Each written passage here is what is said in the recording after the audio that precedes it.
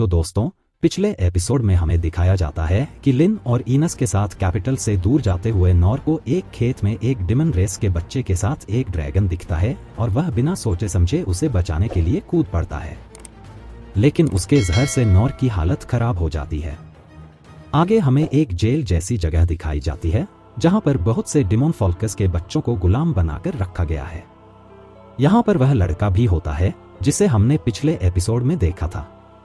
वह लड़का हमें बताता है कि उन्हें कर्स्ड चिल्ड्रन कहा जाता है क्योंकि वे जन्म से ही वह शक्ति रखते हैं जिससे डीमंस को नियंत्रित किया जाता है। हमें वहां जानवरों की तरह रखा जाता है और बाद में जंग में हमारा फायदा उठाया जाता है। हमें पीटा गया और उन बातों पर मारा गया जिनका हमें पता भी नहीं होता था। तब तक मारा जाता जब तक हम पहचान के लायक भी ना होते थे। शायद हमारी शक्तियों की वजह से ही सभी लोग हमें नफरत से देखते थे, मगर मैंने कभी किसी को नुकसान पहुंचाने के बारे में नहीं सोचा। यहाँ तक कि मैंने किसी से बुरा सलूक करने का ख्याल भी नहीं रखा। डिमन फॉल्क को उन डीमंस को नियंत्रित करने के लिए इस्तेमाल किया जाता था और इसीलिए मेरे मास्टर ने मुझे इस मॉन्स्टर को शहर तक ले जाने को कहा। उन्होंने वादा किया कि अगर मैं यह काम ठीक से कर देता हूँ तो वह हमें से किसी को नहीं मारेंगे और हमें अच्छा खाना भी देंगे। लेकिन अगर मैं यह काम नहीं कर पाया तो मुझे और बाकी सबको और भी ज्यादा कड़ी सजा मिलेगी। इसलिए मैं यह काम करने के लिए तैयार हो गया। मुझे एक बात तो पता थी कि वह आदमी अपने वादे का पक्का था, मगर तभी उसका बैरियर टूट जाता है जिस वजह से वह उस मॉन्स्टर पर नियंत्रण खो देता है। उसे लगता है कि सिर्फ मेरी वजह से ही बाकी सभी को भी सजा भुगतनी पड़ेगी। लेकिन मैं इस बात से खुश हूं कि मैं यहाँ पर मरने वाला हूं और शायद अगले जन्म में मैं दूसरों के काम आ सकूं और मुझे कुछ अच्छा खाने को भी मिले। मगर तभी वहां नॉर की एंट्री होती है जो उस मॉन्स्टर के हमलों को पैरी करता जाता है। यह देख वह लड़का सोचता है कि आखिर यह आदमी मुझे क्यों बचा रहा है। तभी वह मॉन्स्टर नॉर पर जहर से हमला करता है जिससे पूरी जगह में जहर फैल जाता है। लेकिन नॉर अपनी हीलिंग पावर का उपयोग कर उस बच्चे को जहर से बचा लेता है, मगर उस मॉन्स्टर के दोबारा हमला करने की वजह से नॉर नीचे गिर जाता है। नॉर अपने बचपन के बारे में सोच रहा होता है और हमें एक फ्लैशबैक दिखाया जाता है जिसमें नॉर बताता है कि बचपन में एक बार जब वह पहाड़ों पर अपने लिए सब्जियां ढूंढ रहा था तब एक दिन उसे कई चीजें मिली, लेकिन उन सब्जियों में एक ऐसी चीज भी शामिल थी जिसे खाने से उसकी मां ने हमेशा मना किया था। लेकिन उस समय उसका ध्यान उस पर नहीं गया और उसने उसे खा लिया। वह चीज थी ड्रैगन रूइंस, जो एक प्रकार का जहरीला मशरूम है जो एक ड्रैगन को भी मार सकता है। हम देखते हैं कि यह खाना खाने के बाद वह किसी तरह उठकर ट्रेनिंग करने जाता है, लेकिन उसके शरीर में बिल्कुल भी ताकत नहीं होती है और उसका पूरा शरीर सुन्न पड़ता जा रहा था। लेकिन कुछ समय बाद नॉर की हालत सुधरने लगी और इसके बाद नॉर को भूख लग जाती है क्योंकि उसने कई दिनों से कुछ भी नहीं खाया होता है।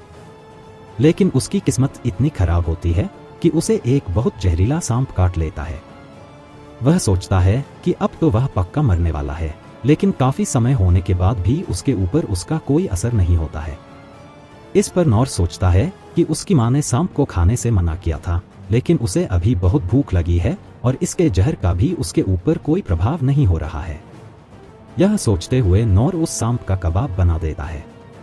जब नॉर उसे खाता है तो उसे वह बहुत स्वादिष्ट लगता है। नॉर को यह नागिन कबाब इतना पसंद आता है कि अगले दिन भी जाकर वह वही सांप पकड़ लाता है। नॉर उस सांप से खुद को कटवा कर यह भी चेक करना चाहता था कि उसे इसके जहर का कोई प्रभाव होता है या नहीं। तब नॉर देखता है कि उसके ऊपर अब सांप के जहर का कोई असर नहीं हो रहा था। इस पर नॉर सोचता है कि दरअसल उस सांप का जहर कमजोर नहीं था, बल्कि ड्रैगन रूइंस मशरूम खाने के बाद भी जिंदा बच जाने की वजह से उसकी बॉडी में जहर के प्रति प्रतिरोधक क्षमता विकसित हो गई है। यह सोचकर नॉर बहुत खुश होता है और वह सोचता है कि शायद इस तरह वह एक नई स्किल भी विकसित कर सकता है। इसके बाद हम देखते हैं कि इस वजह से नॉर पहाड़ के जंगलों में घूम घूम कर अलग अलग तरह के जहरीले जानवरों और पेड़ पौधों को ढूंढकर खाना शुरू कर देता है। शुरुआत में उसे खून की उल्टियां होती हैं, लेकिन वह अपनी हीलिंग स्किल से खुद को ठीक कर लेता है और आखिर में इससे उसे कोई नई स्किल तो नहीं मिलती, लेकिन नॉर सोचता है कि जहरीली चीजें तो सच में बहुत स्वादिष्ट होती हैं और उसे जहरीली चीजें खाने की लत लग जाती है। इधर वर्तमान समय में हम देखते हैं कि नॉर उठकर खड़ा हो गया होता है और उस ड्रैगन से लड़ने लगता है। वह सोचता है कि अगर यह टोर्ड सिर्फ यही कर सकता है तो वह इस टोर्ड को आसानी से हरा देगा, क्योंकि उसने इससे भी खराब जहर का अनुभव किया है। इसके बाद नॉर इस लड़के के बारे में सोच रहा होता है और देखता है कि वह लड़का बिल्कुल ठीक है। वहीं नॉर को देख वह लड़का सोच रहा होता है कि यह आदमी इतने खतरनाक मॉन्स्टर से कैसे लड़ पा रहा है। वह नॉर की ताकत को देखकर काफी ज्यादा चौंक रहा होता है। इसके बाद हम देखते हैं कि वह ड्रैगन अपनी पूरी ताकत से अपना अंतिम हमला करता है, लेकिन तभी नॉर अपनी तलवार से उसके मुंह पर हमला कर देता है, जिससे उस ड्रैगन की बॉडी प्रेशर से फट जाती है। तभी नॉर बोलता है कि यह टोर्ड दिखने में बहुत स्वादिष्ट लग रहा है। इसके बाद नॉर उस लड़के से उसका हालचाल पूछता है। नॉर सोचता है कि देखने में तो यह लड़का काफी कमजोर लग रहा है, वहीं वह बच्चा काफी डरा हुआ लग रहा था। जब नॉर पूछता है कि वह कहां जा रहा था, तब वह लड़का डरते हुए बोलता है कि उसे इस मॉन्स्टर को शहर तक ले जाने के लिए कहा गया था। यह सुनकर नॉर सोचता है कि लगता है यह लड़का इस मॉन्स्टर को जरूर किसी तरह की डिश बनाने के लिए ही ले जा रहा होगा और इसे ताज़ा रखने के लिए इसे जिंदा ही ले जाया जा रहा था, और एक बड़े शहर में जरूर इसके जहर को प्रोसेस करने का कोई तरीका उपलब्ध होगा। लगता है उससे बड़ी गलती हो गई। वहीं यह सब सुनकर वह लड़का बहुत कंफ्यूज होता है कि आखिर यह आदमी क्या बोल रहा है। नॉर आगे यह भी सोचता है कि शायद इस लड़के ने खुद उसे पाला होगा या इसका जहरीला टोर्ड का कोई फार्म होगा। मैंने इसकी इतनी महंगी डिलीवरी बर्बाद कर दी। वह उस लड़के से कहता है कि उसके पास बहुत पैसे तो नहीं है, इसलिए उसे उसका नुकसान पूरा करने में ज्यादा समय लगेगा, पर वह इसकी भरपाई जरूर कर देगा। वहीं यह सब सुनकर वह लड़का बड़ा कंफ्यूज होता है कि यह यहाँ पर क्या चल रहा है। वह नॉर से कहता है कि उसे यह सब करने की कोई जरूरत नहीं है। इस पर नॉर उसकी बात मान जाता है और आगे पूछता है कि आखिर वह इतना बड़ा मॉन्स्टर यहाँ तक कैसे लाया। इस पर वह लड़का कहता है कि वह किसी भी मॉन्स्टर को नियंत्रित कर सकता है और उसने इस मॉन्स्टर को भी इसी तरह यहाँ पर लाया है।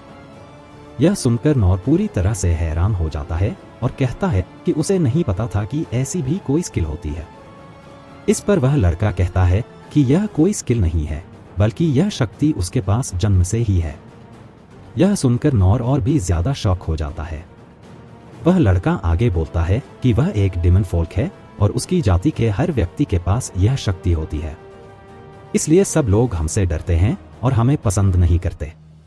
यह सुनकर नॉर कहता है कि उसे यह जानकर न तो डर लग रहा है और न ही वह उससे नफरत करता है, लेकिन उसकी क्षमता से उसे थोड़ी जलन जरूर हो रही है, क्योंकि वह अपनी क्षमता का उपयोग करके खेतों में लोगों की मदद कर सकता है, पक्षियों का उपयोग कर संदेशों को एक जगह से दूसरी जगह पहुंचा सकता है, और उसे जंगली कुत्तों और भेड़ियों से भी डरने की कोई जरूरत नहीं है।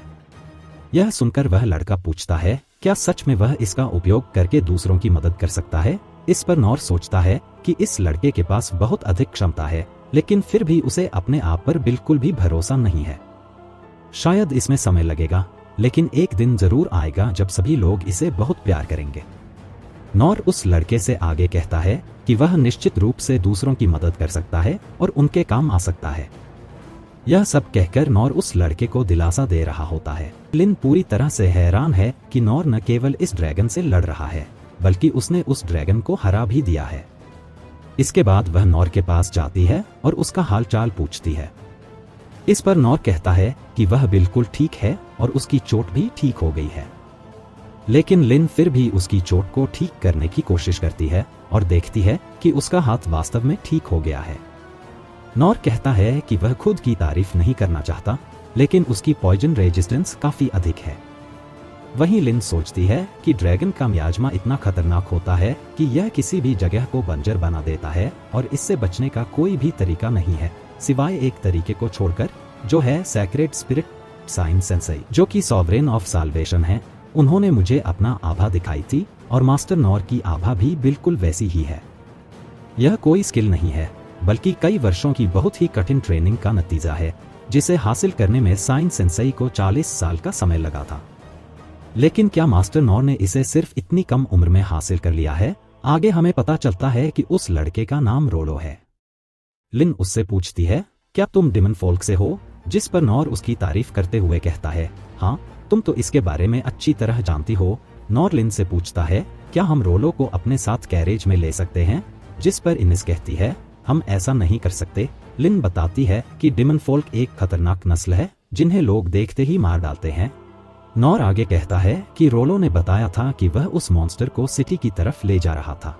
इसे सुनते ही लिन कुछ परेशान सी हो जाती है।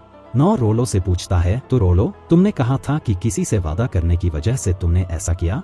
कौन है वह शख्स? जिस पर वह कहता है कि उसे उसके बारे में कुछ भी नहीं पता। इस पर इनिस कहती है, तुम हमें सब सच सच बता दो, वही तुम्हारे लिए अच्छा होगा। इस पर रोलो कहता है कि उसे सच में कुछ भी नहीं पता है। उन लोगों को इसी तरह बड़ा किया गया है। उसे डरा हुआ देख इनिस समझ जाती है कि वह एक गुलाम है। उनके किंगडम में गुलामी बैन है, लेकिन बहुत से दूसरे देशों में यह काफी आम बात है।